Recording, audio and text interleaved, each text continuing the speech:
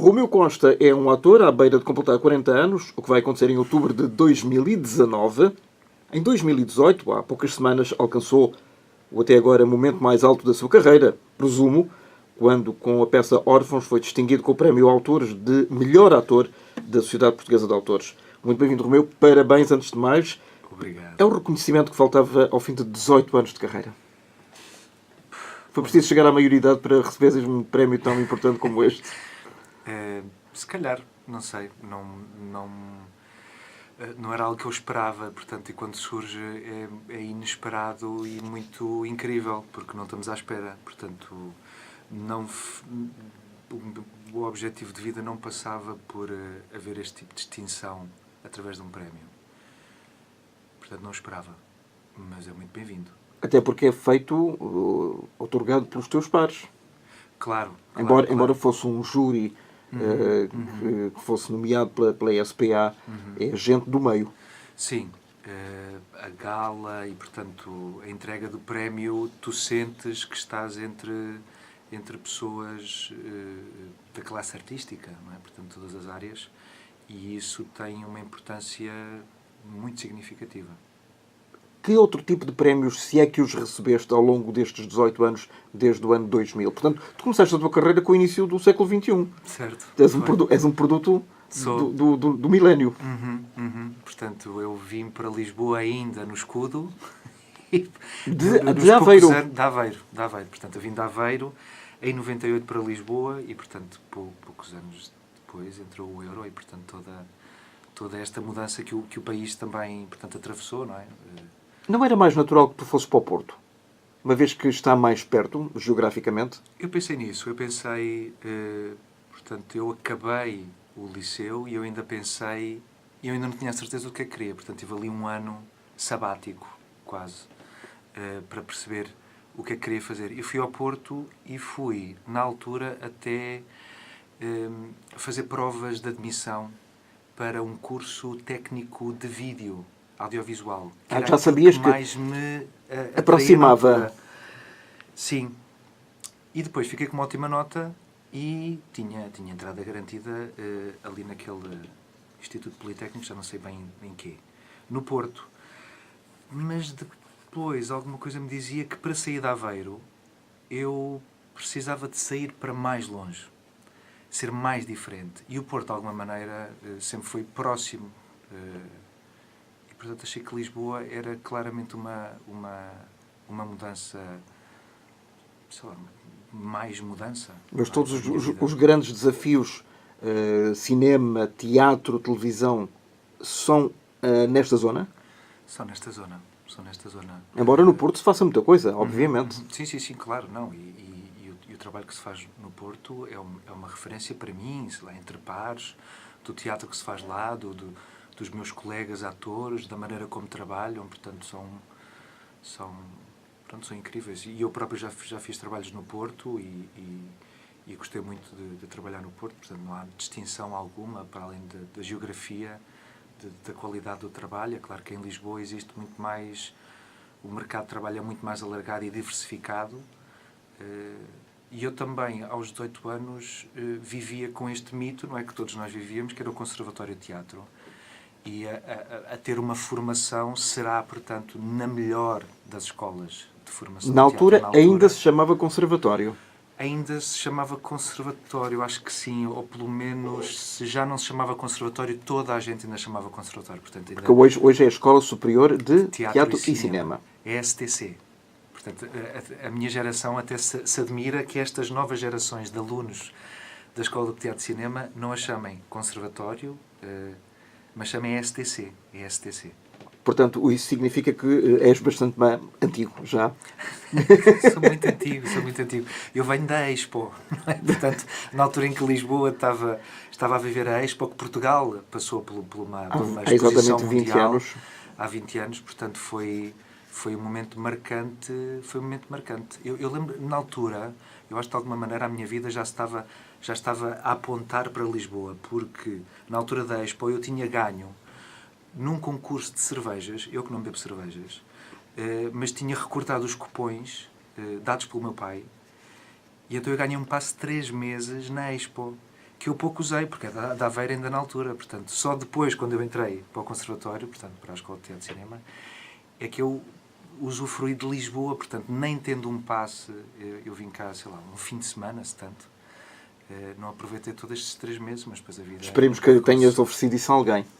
Não, eu usufruí, mas foi só um fim de semana. Foi só um fim de semana. Foi horrível, foi mesmo...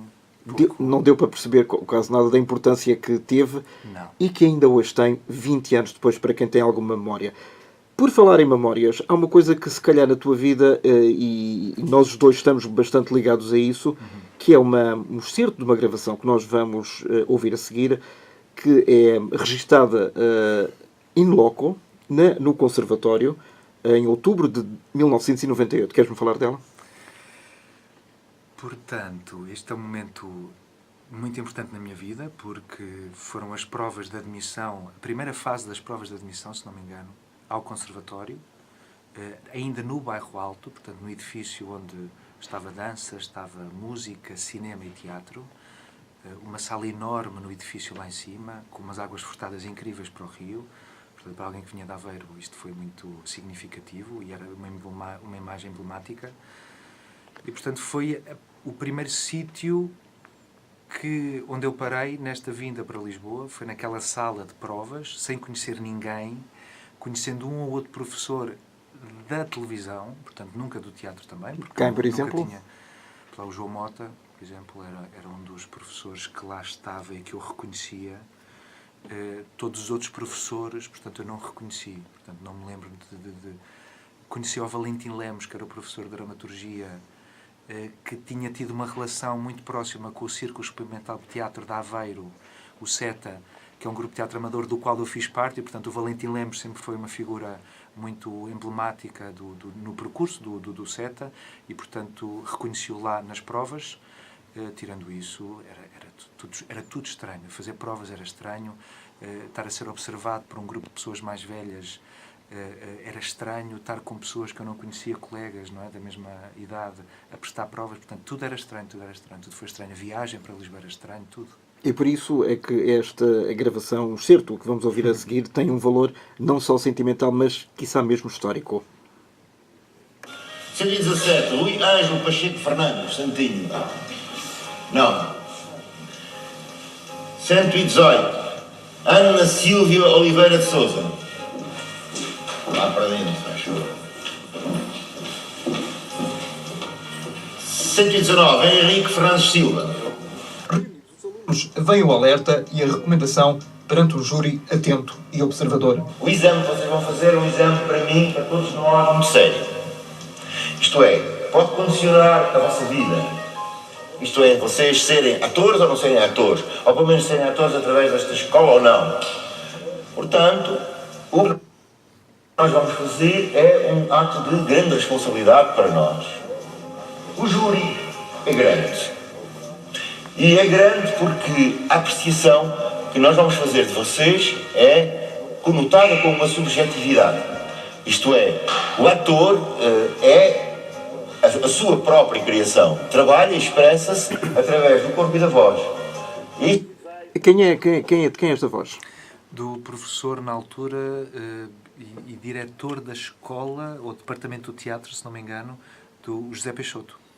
Que hoje ainda está no ativo, enquanto ator? Enquanto ator ainda está no ativo. Está nos Aloés, não é? Está nos Aloés, do Teatro dos Aloés. Sim, portanto, é um dos diretores artísticos do Teatro dos Aloés. E, portanto, era ele que, digamos que, o mestre de cerimónias... Era o mestre de cerimónias, era um anfitrião, portanto... E aquela engraçada, aquela chamada, parecia uma chamada dos alunos para, num exame, não? Aliás, no fundo era isso. Era um exame, quase muito parecido com aquela prova militar que se faz, não é? Portanto, quando tu aos 18 anos chegas à maioridade... A admissão ao exército ou o dia do... Lembro-me nessa altura também me ter lembrado, porque, sei lá, há poucos meses tinha-me apresentado, portanto, às forças militares portuguesas e depois rapidamente passei, portanto, à reserva, visto que estava a ingressar no curso de teatro e não interessa a ninguém. E na altura já não era obrigatório, ou ainda era? Não, eu acho que ainda era obrigatório. Era obrigatório, mas havia a opção de objetor de consciência. E, portanto, eu acho que aí... E foste? Não fui. Hoje, se tivesse tido essa oportunidade, teria sido um objeto de consciência por todas as questões sociais e políticas que isso se levantam. acarreta. Eu acho que na altura não tinha esta perspectiva da vida, muito menos esta vontade política nas ações que nós podemos ter. Naturalmente. De recordar, e é de toda a justiça e verdade que se diga, que este é um excerto de uma entrevista que eu, na altura, uma reportagem, aliás, que eu na altura fiz para a Rádio Renascença, portanto, para além destes sons, há também alguns leitmotiv de texto que enquadravam justamente esta reportagem no Conservatório, recordo, em 1998. Uma esmola ao cego. E olhei para ele e pensei, não é mais um mendigo, é o que toda a gente pensa, pelo menos. Entretanto, quando eu vou quase a afastar-me do mendigo, aparece um homem, começa a falar com ele rapidamente. Olá, estás bom? Então, por aqui, então tudo bem? Tudo bem, isto hoje não está a correr lá muito bem, as pessoas não estão com... Como é que correu essa prova? Bom, se bem me lembro,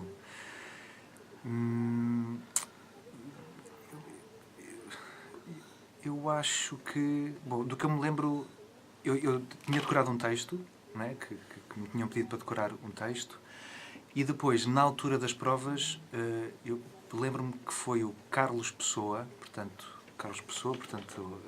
atual professor na STC, que me pediu para dizer o texto a imaginar que estava a jogar basquete. Que foi... Era um desafio. Era um grande desafio, não estava nada à espera e, portanto, eu lembro-me de achar aquilo assustador, mas ao mesmo tempo um desafio incrível. Portanto, lembro-me de estar a fazer aquilo e estar a achar um piadão, a estar a redescobrir o texto enquanto estava a tentar driblar uma bola de basquetebol. Eu, que não sou nada dado a bolas e futebol e tudo mais, portanto, achei uma descoberta engraçada. Portanto, eu espero que isso tenha sido uma mais-valia importante para o resultado depois que foi. Olha, temos aqui um piano e temos aqui canto. Sim, cavalheiro, sim. Hoje sim, amanhã não. Meu marido não está cá. Foi para a feira de Gravataí. Se não me engano, esta era a Ana Lúcia Palminha. Ana Lúcia Palminha. Com que trabalha bastante com a comuna. Incrível reconhecer as vozes das... 20 anos depois. Uau. Há muito tempo que não ouvias isto. Eu só ouvi isto quase em preparação para esta conversa contigo aqui, não é? Para rememorizar isto tudo, não é? Porque foi uma bênção e foi algo muito bonito ter este registro do nosso primeiro encontro, portanto, no Bairro Alto e nas provas, poder olhar para trás e ter este documento incrível. Incrível. E, tu e, eventualmente, quem estava a fazer estas provas, para além da atriz que já mencionaste... Agora sou eu com a Maria João Serrão. Então vamos ouvir um bocadinho.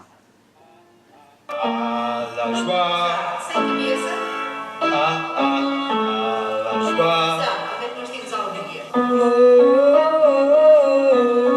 Foi um bocadinho...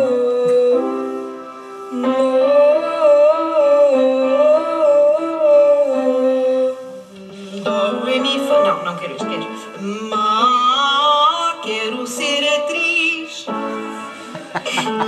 Digo mal, Diz mal, diz as tuas coisas, é o que eu disse. quero ser atriz. De que é que eram compostas estas, para além do improviso, estas provas, e a prova de canto também, naturalmente? Havia provas de improviso. Nós levávamos um texto decorado, uma canção sabida, para depois cantar ao piano, portanto, com a professora que estivesse lá, portanto, neste caso foi a Maria João Serrão. Foi muito difícil eu, por exemplo, encontrar em Aveiro alguém com quem eu pudesse trabalhar uma música, porque era uma coisa difícil. É uma espécie de contracena, não é? Sim, porque tinha que ser alguém que me ajudasse a cantar a música e a tocasse ao piano. Hoje em dia há uma facilidade incrível de fazer estas coisas através da internet. Mas estamos a falar em 1998, onde a net ainda Ela já existia, mas eu não tinha acesso a ela, por exemplo. Em 98 não tinha de todo acesso, ou pelo menos a internet ainda não estava num ponto que me pudesse ajudar a perceber. Estava a gatinhar. Porque eram-nos dado pautas musicais, não é? E eu não leio uma pauta musical. Ainda não leio uma pauta musical. Não sei se alguma vez vou ler uma pauta musical. Quando fizeste de Mozart ou qualquer coisa assim do género. É isso, vou aprender. Portanto, uma das provas era esta música cantada e depois estes vocalizos que a Maria João Serrão fazia connosco e, portanto, analisava a nossa voz. E, A tua voz está diferente. Está muito diferente a minha voz.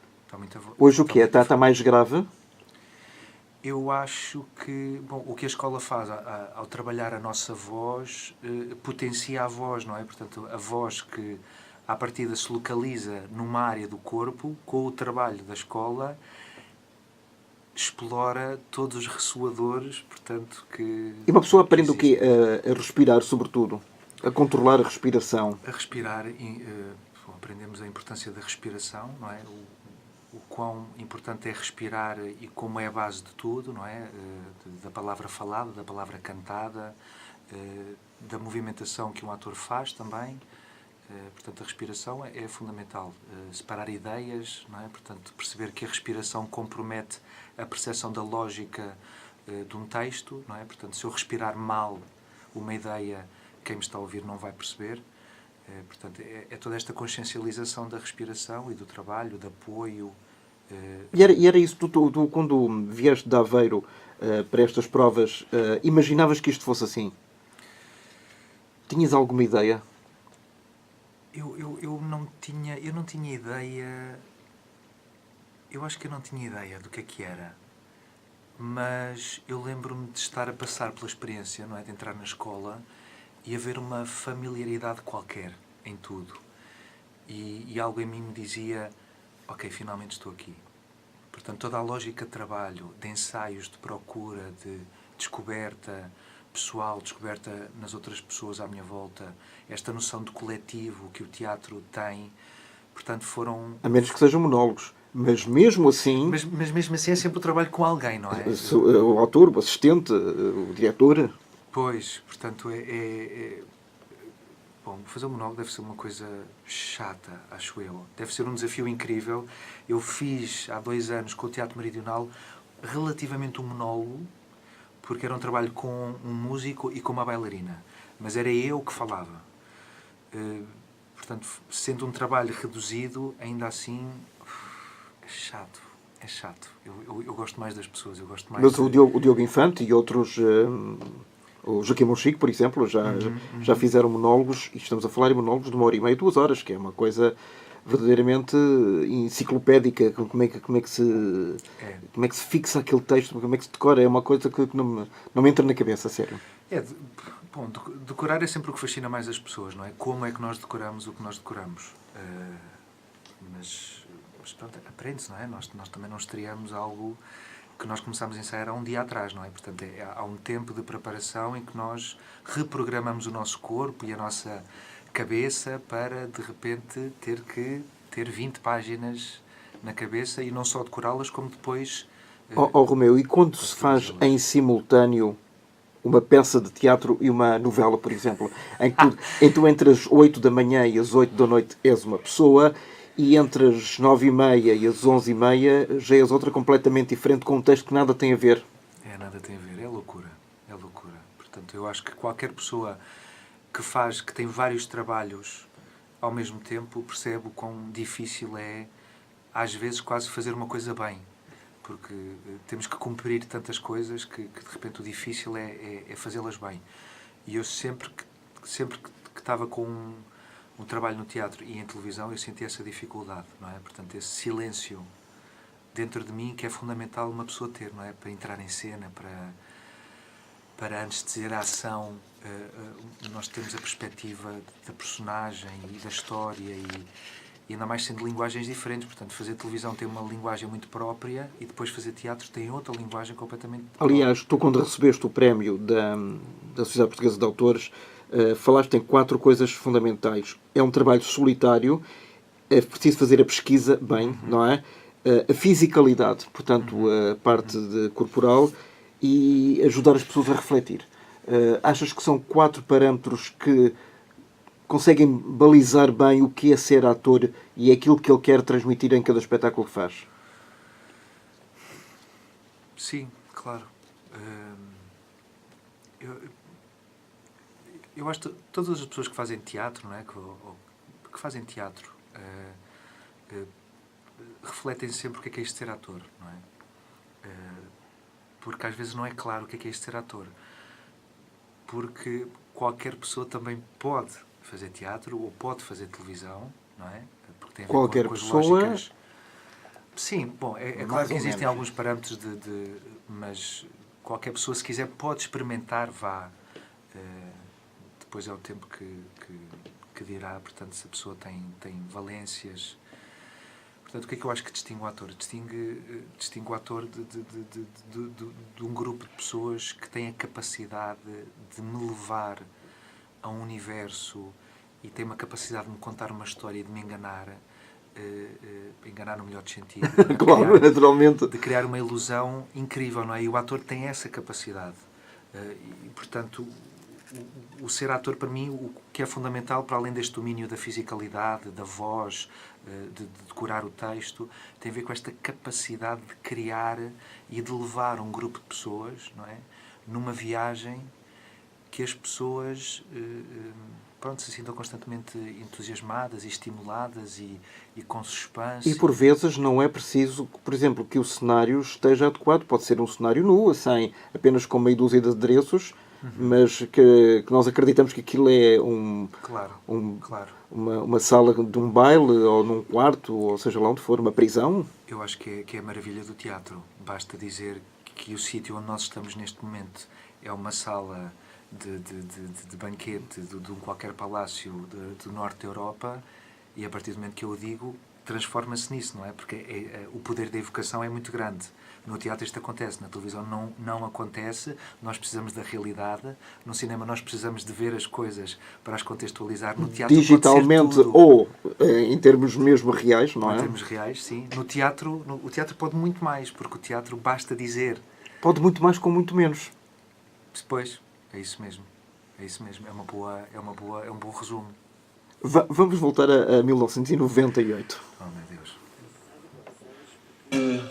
É tudo muito esquisito, pá, é tudo um bocadinho torcido e eu tenho muito poucas razões de queixa, apesar de tudo. Mas gostava exatamente que tu me dissesses que Este é Diogo Morgado. Diogo Morgado, que também nessa altura estava a dar os primeiros passos na profissão.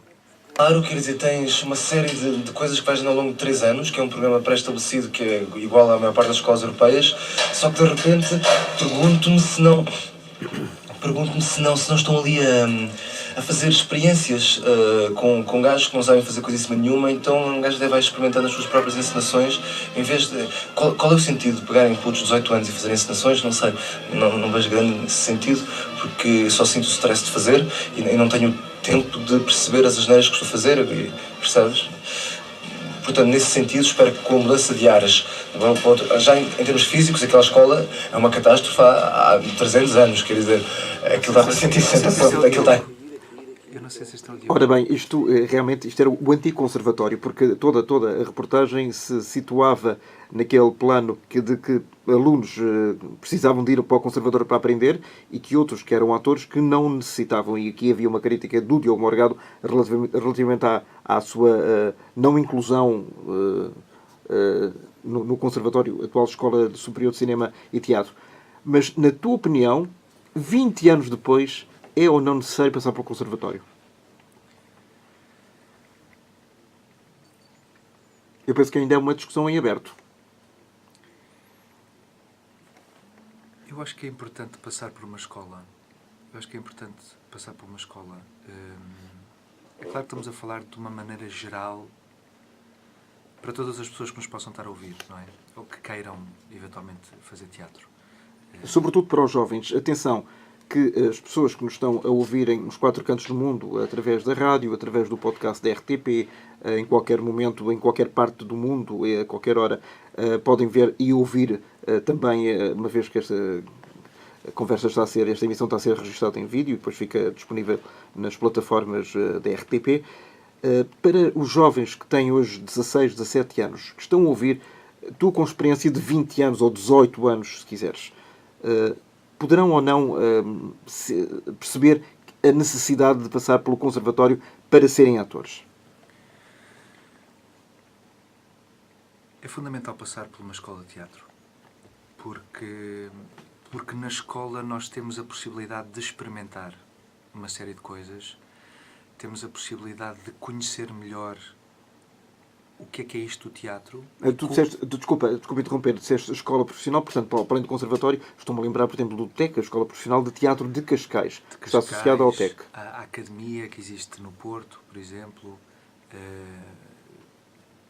Pronto, existem hoje em dia um leque de oferta maior do que na altura havia em 98.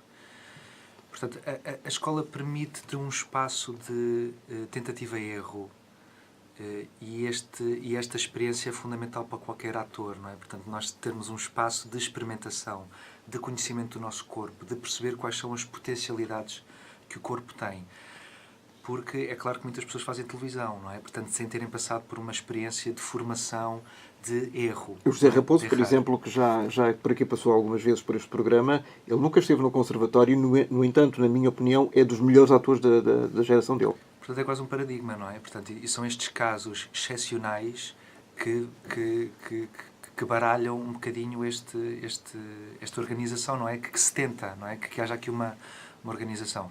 É claro que é injusto para jovens atores que acabaram uma formação de 3 anos, como na Escola Superior de Teatro de Cinema, que estejam a competir com pessoas que fizeram outro tipo de formação e que, de repente, se juntam numa sala a prestar provas para qualquer projeto. Tu ainda vais aos castings, ainda vais competir com outros colegas teus por papéis? Para uma novela, por exemplo? Para uma novela, sim. Ou para uma série, por exemplo, que tu fizeste em 2017 e brilhantemente, claro, como só sabes fazer as coisas, o Madre Paula. Madre Paula, fizemos casting. Portanto, casting... tudo o que eu fiz em televisão foi através de um casting. Portanto, mesmo a primeira novela que eu fiz assim com o princípio, meio e fim, que foi Belmonte, em 2014, fui a um casting. Para a TVI, e foi apenas há 4 anos, portanto não foi assim há tanto tempo quanto isso. Pois não. Foi a tua primeira novela? Foi assim a minha primeira novela com princípio, meio e fim. Eu já tinha feito algumas participações. Na Floribela, por exemplo? Floribela, fiz Perfeito Coração, lembro-me. Mas Belmonte foi assim a primeira novela com princípio, meio e fim, e isto é significativo para o trabalho de ator, porque te permite ter um espaço mais alargado e começas com a equipa toda e terminas com a equipa toda, do que ir lá pontualmente e conheces a equipa no próprio dia e tens que fazer a cena e nunca mais voltas a ver aquelas pessoas e depois, passados uns tempos, voltas a fazer uma participação em que estás a... E, portanto, não há um entrosamento nenhum entre o ator e o seu trabalho. E isso ajuda. Portanto, conhecer as pessoas, conhecer ter o hábito de estar ali com aquelas pessoas ajuda muito ao trabalho de ator. E há muitos jovens, porque tens 39 anos, posso-te considerar um jovem, há muitos jovens da tua idade a competir por papéis na televisão, por exemplo. Sabes que eu não sinto... Eu sempre ouvi, não é? Eu acho que todos nós sempre ouvimos muito esta selva que é o meio televisivo e dos atores e que as pessoas se degladiam por papéis. Portanto, eu nunca passei por isto. Ou pelo menos nunca chegou a mim. Se calhar muitas coisas se passam à porta fechada, para lá dos corredores. Portanto, eu nunca senti que tivesse de estar a disputar o papel com alguém. Ou mesmo no casting, há poucas semanas fui fazer um casting para a Plural e preocupa-me criar uma boa relação com o ator que tenho à minha frente, que também está a competir para o mesmo papel que eu, mas quero que saia dali uma cena interessante, ou que as personagens, ou que nós, atores, tenhamos a possibilidade de mostrar o percurso daquelas personagens. Mas no íntimo não estás à espera que ele escorregue e que não fique com o papel? Não. se calhar infelizmente para muitas pessoas que me estão a ouvir, portanto, não desejo isso porque acho que a vida te dá aquilo que tu tens. Isso é mau coleguismo, se quiseres.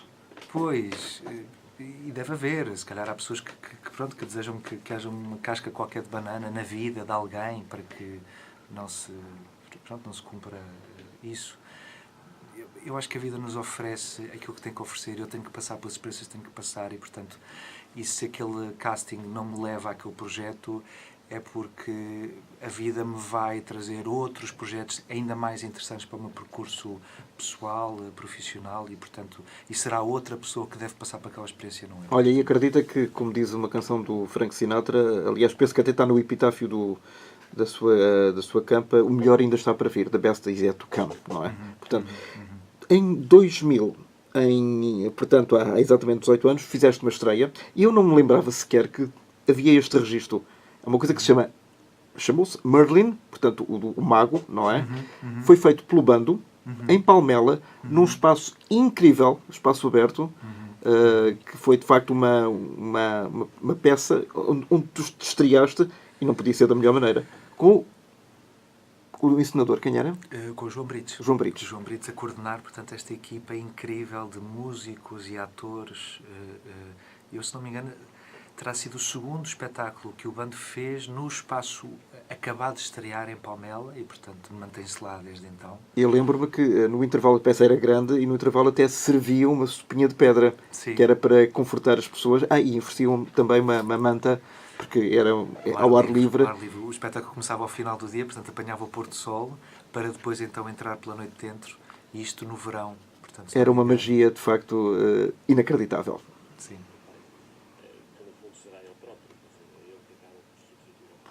E vamos saber exatamente, a partir do Merlin, 18 anos depois, se era o percurso que tu esperavas ter alcançado até hoje, que culminou até agora com este prémio da SPA.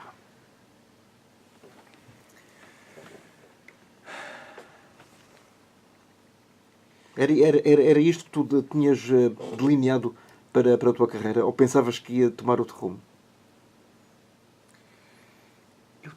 Eu nunca pensei muito à frente, portanto, eu nunca projetei sequer vir a ganhar um prémio. Portanto, eu lembro-me em 2008 fui nomeado para um Globo de Ouro. E isso na altura foi incrível.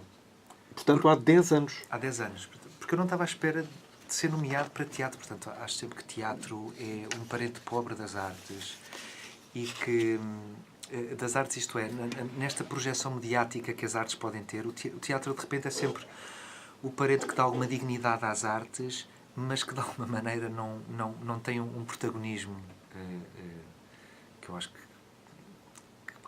que deveria ter. Obviamente que não posso deixar de perguntar se estas recentes manifestações em torno da atribuição dos subsídios, mesmo depois do Ministério da Cultura ter aberto um bocadinho mais os cordões à Bolsa, e não sei ainda está um bocadinho em aberto nesta altura em que registramos esta conversa, qual será exatamente o futuro da atribuição destes subsídios às várias companhias que o não receberam. Qual é a tua opinião? Bom, isto, por exemplo, é uma dimensão do meu trabalho que eu não previa, portanto, há 18 anos atrás, quando comecei a trabalhar. Eu acho que nós não somos formados para pensar na nossa vida cá fora de uma escola, nesta perspectiva política, profissional, laboral, de condições de trabalho. E, portanto, isto é um trabalho que tu fazes por tua conta e risco, pelas tuas expectativas, pelos teus desejos, não é? E portanto, passados estes anos todos, e é engraçado que nesta peça que tu fizeste em 98 falavas na vida ingrata do teatro e de ser ator, e portanto Está muito de alguma maneira atual. sempre uma vida ingrata, portanto eu acho que nunca vai deixar de ser, porque há longos períodos, as pessoas podem não se aperceber, o público em geral, há longos períodos de desemprego. Claro. claro. Há uma, Em que há uma produtivo grande é instabilidade em que não há, do futuro. não há trabalho nem na televisão, nem no teatro, nem no cinema, por exemplo. Ou na publicidade. Também já tens feito alguma coisa, até em dobragens e tudo. Pois, isto é uma perspectiva e isto acaba por ser quase uma seleção natural.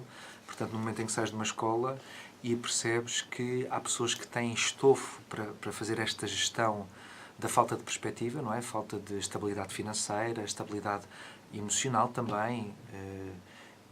Portanto, isto só a vida que nos prepara. Portanto, a escola não nos prepara. A escola não prepara, mas prepara o dia-a-dia da vida. Por isso é que tu te preocupas hoje com a geração que veio atrás da tua... Sim, preocupo-me. De que maneira? Preocupo-me quando penso que todos os anos saem da Escola Superior de Teatro e Cinema dezenas de alunos, não é? E para onde é que eles vão trabalhar? Perceber que, e portanto, e respondendo à tua pergunta de qual é a minha posição dentro destas manifestações que aconteceram, eu acho que existe uma desresponsabilização por parte do Estado naquilo que lhe compete quando falamos de fazer chegar a cultura a todo um país. E não estamos só a falar do concurso da DG Artes.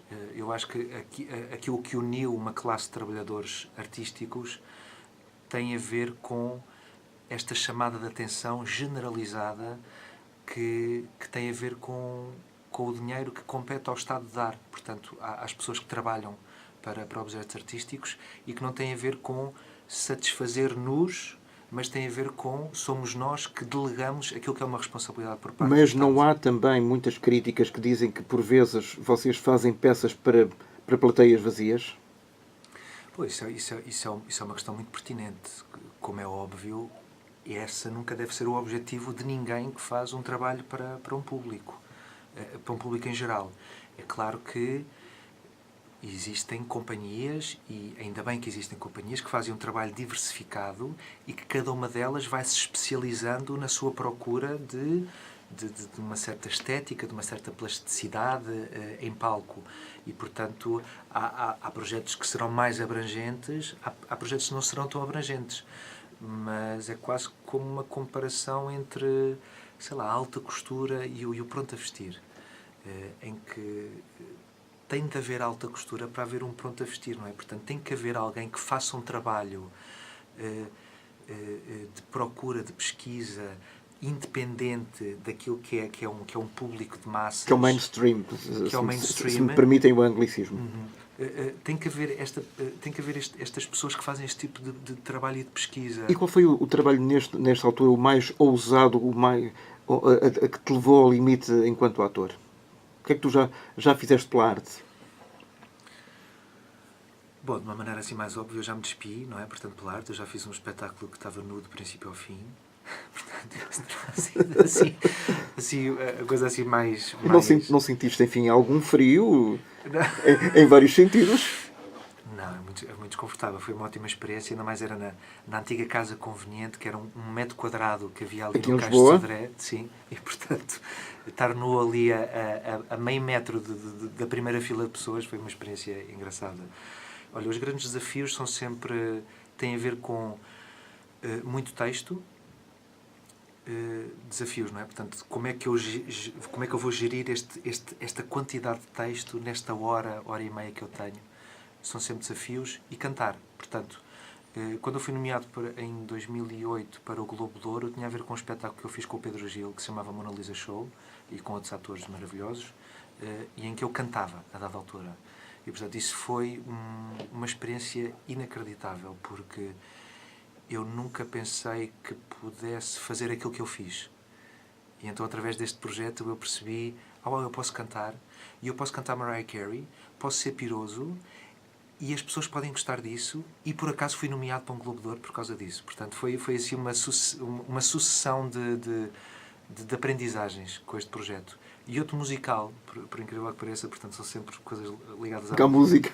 Foi um musical que eu fiz do Carlos T, no Constantino Néria, em Matosinhos, com música dos Clã, e foi assim um projeto maravilhoso, com uma personagem maravilhosa, com um texto incrível e que nunca mais acabava, e entre texto depois tinha que cantar, e depois de cantar tinha que falar, e depois de falar tinha que voltar a cantar. Portanto, tecnicamente foi um grande desafio. Portanto, isso terá sido assim das coisas mais incríveis que eu fiz. E tu, ao longo destes 18 anos, enquanto ator, descobriste coisas em ti que estavam eventualmente adormecidas ou que de todo até desconhecias?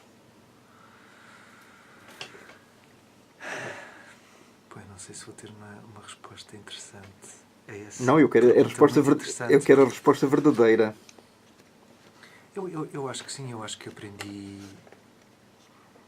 aprendi coisas com o Lancelot, por exemplo, quando fiz o Merlin no bando em 2000.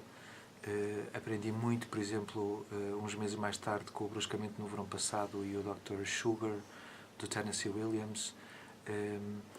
Aprendo não só com as personagens, mas aprendo também com os colegas, com as pessoas com quem eu trabalho, porque o teatro tem esta maravilha de ser um trabalho coletivo e de pessoas. Toda a dimensão do trabalho solitário de casa, de decorar texto e de perceber para onde é que as coisas estão a ir, chateia-me profundamente, não é? Portanto, eu desejo sempre chegar à sala de trabalho para que com aquelas pessoas a gente faça um percurso, não é? Até um fim, que é uma estreia, apresentar ao público. Portanto, as aprendizagens são com os personagens, mas são principalmente com as pessoas. E quando termina uma peça, tu ficas com pena de despires aí, não fisicamente, mas espiritualmente, Sim. dizer adeus àquela personagem que eventualmente poderás nunca mais na vida voltar a vestir?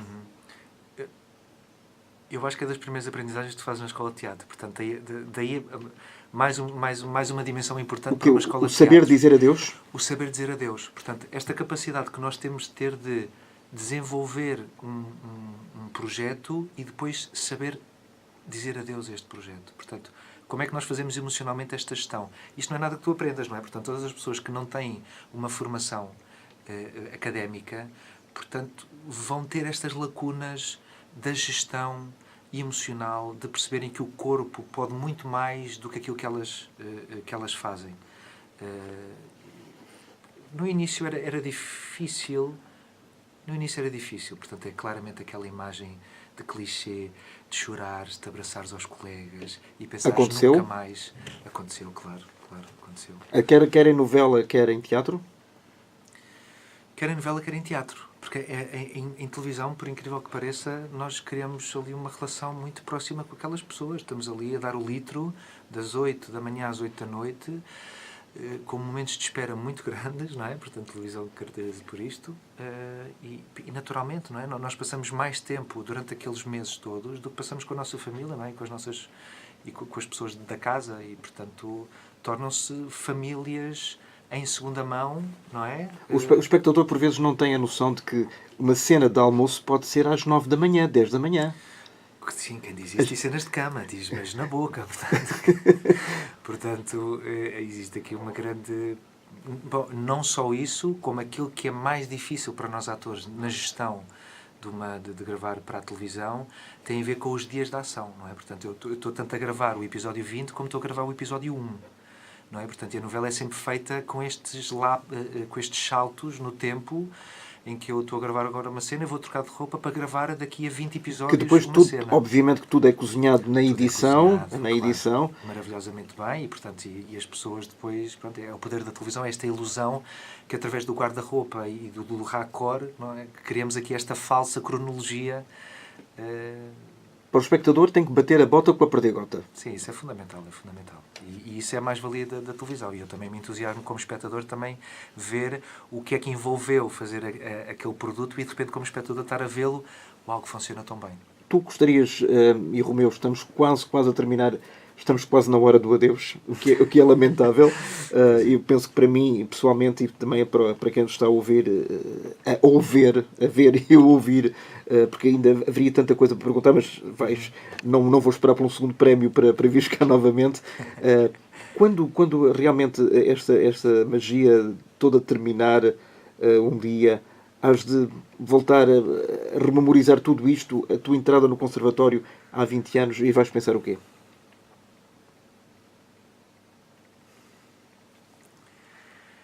Pensava que eram perguntas mais fáceis, Germana. Esta é uma pergunta muito incrível. Eu não sei, estou aqui para facilitar a tua vida. Certo, já percebi. Mas nestes últimos segundos. Eu estou-me constantemente a surpreender com tudo, com a vida. E quando penso que já fiz muita coisa, ou que já fiz quase tudo, já trabalhei com muitas pessoas de teatro, com quem é que eu vou trabalhar mais, muitas vezes penso nisso. É engraçado que esta distinção da SPA veio numa altura em que eu pensei, eu acho que estou um bocado cansado de fazer isto, eu acho que eu agora preciso de fazer outras coisas. E veio dar um novo alento à tua carreira. Sim, veio principalmente, eu estou agora a desenvolver alguns projetos com o Chapitão, com a escola de circo, e a escola permite-me parar e pensar sobre as coisas. E eu acho que isto é uma dimensão fundamental no nosso trabalho de ator, que nós temos que parar às vezes e olhar para trás. E os prémios também fazem isto. O prémio faz-me olhar para trás e pensar, ok, agora estou aqui. O que é que aconteceu para eu estar aqui, não é? Neste sítio? Ou como estar agora aqui a conversar contigo, passado estes 20 anos em que nós começámos a conversar e a gravar as nossas... Que foi o início de uma grande odisseia que presumo que ainda não terá parado. Obviamente... Não terá parado, e eu vou fazer coisas incríveis, e eu vou fazer coisas que ainda não sei que vou fazer sequer, ou que há a possibilidade de eu as vir a fazer, eu não tenho dúvidas disso. É esperar para ver. Muito obrigado, Romeu. Obrigado, Costa, eu. até à próxima. E parabéns mais uma vez, um grande abraço. Obrigado, até já.